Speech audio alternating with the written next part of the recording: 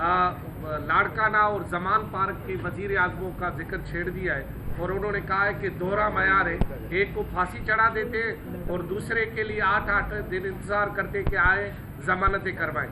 تو یہ جو دوہرا معیار ہے اور جو آپ پہلے بھی کہتے رہے ہیں کہ عمران خان لاڈلا ہے، یقیناً اب وہ لاڈلا پن اس کا جاری ہے یا ختم ہوا ہے؟ دیکھیں یہ تو ایک ہسٹری ہمیشہ گواہی دیتی ہے نا ہر چیزوں کی. افسوس یہ ہوتا ہے کہ جو آج ہو رہا ہے نا وہ آج نہیں لکھا جاتا، وہ آج سے 5 سال 10 سال کے بعد لکھا جاتا ہے ملک کی تاریخ میں. جب تاریخ لکھی جاتی ہے ملک کی، تو ملک کی تاریخ میں یہ ساری چیزیں لکھی ہوئی ہیں. ملک کی تاریخ میں لکھی ہوئی ہے کہ پاکستان کے اس عظیم لیڈر کو جس نے آپ کو اور ہمیں ایٹمی طاقت دی، جس نے کانسٹیٹیوشن دیا، اس کو جس طریقے سے بے ایمانہ طریقے سے عدالتی قتل کیا گیا. عدالتی قتل جس کو پوری دنیا نے مانا عدالتی قتل تھا.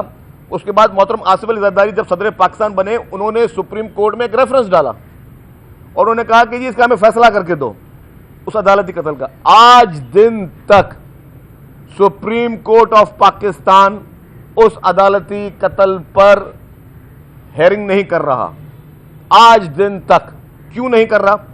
ویسے تو آپ چھوٹی چھوٹی چیزوں پہ سو موٹو نوٹس لے لیتے ہیں اور ڈیلی اس کی ہیئرنگز چل رہی ہیں، لیکن جو ہیئرنگ آپ کو کرنی چاہیے ملک کے آئین کے خالق، ایٹمی طاقت کے خالق، ملک کے اس ملک میں اس نئے سوشل کانٹریکٹ جو عوام کو دیا گیا اس کے خالق، اس کا جو عدالتی قتل کیا گیا، اس میں آپ نے کیا کیا آج تک دن تک؟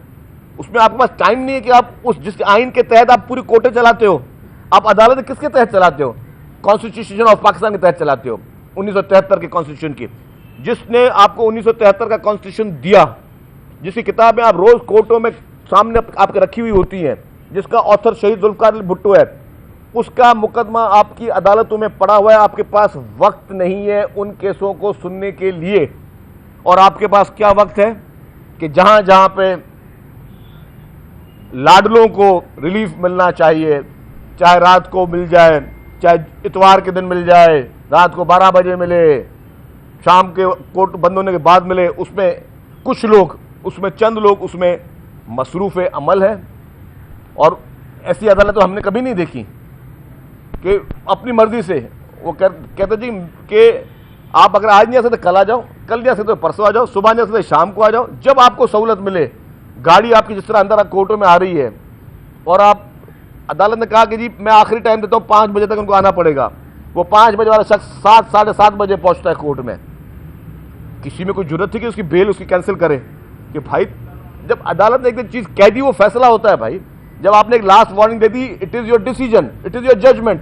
اس کے بعد آپ ان کو کہہ رہے ہو جی آپ 7 بجے آ جاؤ، آپ 8 بجے آ جاؤ، جب مرضی آ جاؤ. اگر آ نہیں سکتے تو ہم آ جاتے ہیں. مطلب کہ ہو کیا رہا ہے اس ملک میں؟ اس طرح سے نہ قانون چلتا ہے، اس طرح سے نہ ملک چلتے ہیں. میں سمجھتا ہوں کہ یہ باقاعدہ الارمنگ سچویشن اس ملک میں. لیکن اس الارمنگ سچویشن میں میں ایک چیز بتا دوں آپ کو، ضیاء الحق سے پاکستان پیپلز پارٹی کی جنگ رہی ہے آمریت کے خلاف، اور ان عدالتی جسے ہم کہتے ہیں جوڈیشل ایکٹیویزم کا سب سے بڑی اگر کوئی شکار رہی تو وہ پاکستان پیپلز پارٹی رہی ہے. یہ میں بہت اہم باتیں کرنے جا رہا ہوں. آمریت سے بھی لڑائی رہی اور جوڈیشل ایکٹیویزم کا بھی شکار پاکستان پیپلز پارٹی رہی. لیکن جو سب سے اہم بات کرنے جا رہا ہوں میں، آج تک ہم نے عامر کے خلاف جدوجہد کی، کبھی ادارے کے خلاف جدوجہد نہیں کی. ہم نے عامر کے خلاف سڑکوں پہ نکلے، ہم نے کبھی ادارے کے خلاف سڑکوں پہ نہیں نکلے. ہم نے جن لوگوں نے عدالتی قتل کیا، جنہوں نے ہمارے لیڈر کو شہید کیا، ہمارے قائد کو شہید کیا، شہید ذوالفقار علی بھٹو کو، ہم نے اس فیصلے پہ تنقید کی. ہم نے کبھی عدلیہ پہ تنقید نہیں کی، ہم نے کبھی اس ادارے پہ تنقید نہیں کی. میں یہ کہتا ہوں کہ یہ الارمنگ سچویشن ہے. کسی کو بھی آپ کی گریونسز ہیں، گریونسز کا ظاہر کرو. جس طرح اس وقت کچھ لوگ اداروں کے پیچھے پڑ گئے، اداروں کے پیچھے نہیں پڑنا چاہیے. آپ اپنے موقف کی ڈٹ کے آپ اپنی تائید کریں، جو آپ کے ساتھ زیادتی ہیں اس کی تائید کریں.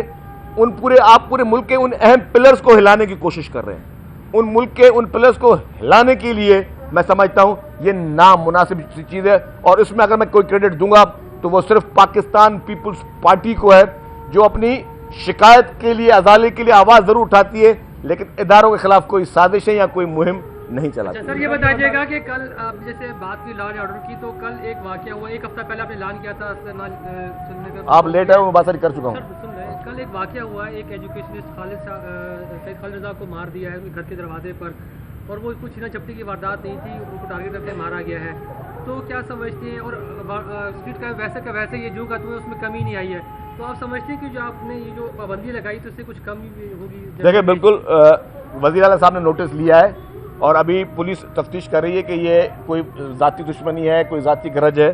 جب تک چیز واضح نہ آ جائے تو باقی جہاں تو آپ نے بات کی، جو ہم نے پابندیوں کی بات کی ہے اس پہ عمل پیرا آج سے شروع ہو جائے گا، انشاءاللہ آپ کو بہتر نظر آئے گی. گورنر سندھ نے بڑی تلخ باتیں کی ہیں پرسوں.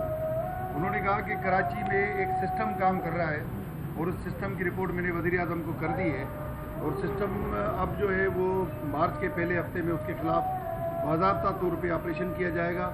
وہ سسٹم زمینوں پہ قبضوں میں ملوث ہے، وہ سسٹم جو ہے وہ آباد کو تنگ کر رہا ہے، وہ سسٹم تاجروں سے بتے لے رہا ہے. تو یہ کیا سر آپ کی نالج میں ہے کوئی اس طرح کی بات؟ نہیں، میرے نالج میں اس طرح کوئی بات نہیں ہے، نہ ہی میں نے گورنر صاحب کی وہ بات سنی ہے. اچھا یہ بتا دیں، کل بلاول بھٹو زرداری نے اپنی اسپیچ میں ایک انتہائی اہم بات کی ہے. ان کا یہ کہنا ہے کہ یا تو جو نیب کا قانون ہے اس کو بالکل ختم کیا جائے، یا تو پھر جو ججز ہیں ان کا بھی مواخذہ ان کا بھی احتساب جو ہے نا اس میں رکھا جائے.